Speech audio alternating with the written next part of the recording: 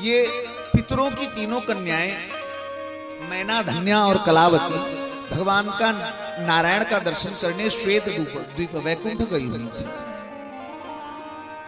उसी समय सनक सनंदन सनातन सनत कुमार आ रहे। हुआ क्या, सनत कुमारों को आया हुआ देख के भी ये तीनों बहनें उठ करके खड़ी नहीं हुई। शास्त्र ऐसा कहता है, नियम ऐसा कहता है कि जब कोई श्रेष्ठ आए, अपने से श्रेष्ठ आए तो उठ करके खड़े हो जाना चाहिए उसके अभिवादन में। लेकिन ये तीनों कन्याएं खड़ी नहीं हुई।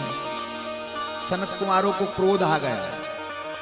ऐसी जड़ बुद्धि तुम तीनों की, श्राप दे दिया, जाओ तुम तीनों मृत्यु लोक में जन्म लो। अब तो ये बेचारी तीनों रोने लगी, क्षमा मांगने लगी। महाराज, संत हृदय नवनीत समाना, संत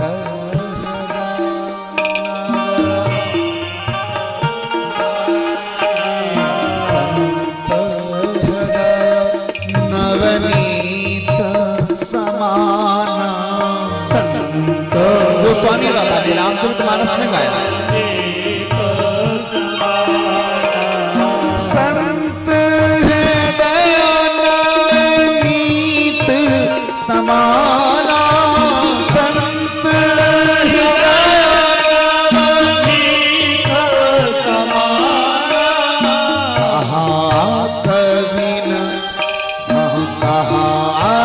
कविन पर कहे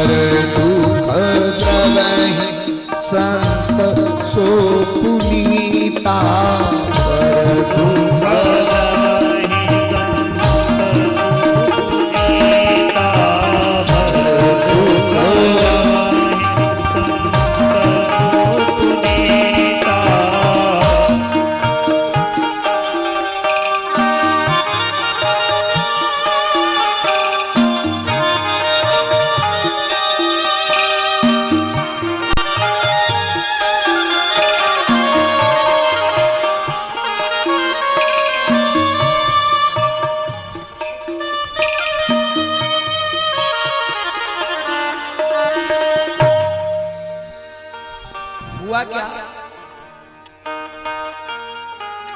जब क्षमा मांगी तो ये महात्मा कन्याओं पे प्रसन्न हो गए। देखो भाई, हमने श्राप दे दिया है, अब वापस तो नहीं ले सकते, लेकिन हाँ, एक श्राप के साथ साथ एक आशीर्वाद भी देते हैं। जो तुम तीनों में सबसे बड़ी बहन है, जिसका नाम है मैना, ये कालांतर में भगवान विष्णु के अंश से प्रादुर्भूत हिमाचल पर्वत से ब्याही जाएंगी और इनके घर में दक्ष की पुत्री भगवती सती मैया पार्वती बनकर के आएंगी और इनका उद्धार होगा। जो दूसरे नंबर की तुम्हारी बहन है, जिसका नाम है धन्या, ये जनकपुरी के राजा सीरथ ध्वज को, जिनको विदेह, इस कुल में जितने पैदा हुए उन सबको विदेह कहा गया, उन सबको जनक कहा गया। जनक और विदेह ये उपाधियां थी। जिन जनक की पुत्री सीता हुई, इन जनक का नाम था सीरथ ध्वज। तो सीरथ ध्वज जनक की पत्नी होंगी और इनके घर में भगवती सीता का आविर्भाव होगा। इनका नाम सुनैना होगा। और जो तुम तीनों में सबसे छोटी बहन है जिसका नाम है कलावती, ये जब द्वापर आएगा, द्वापर में भगवान कृष्ण का अवतार होगा, उसी समय ये तीसरे नंबर की बहन वृषभानु नाम के ग्वाल की पत्नी बनेगी।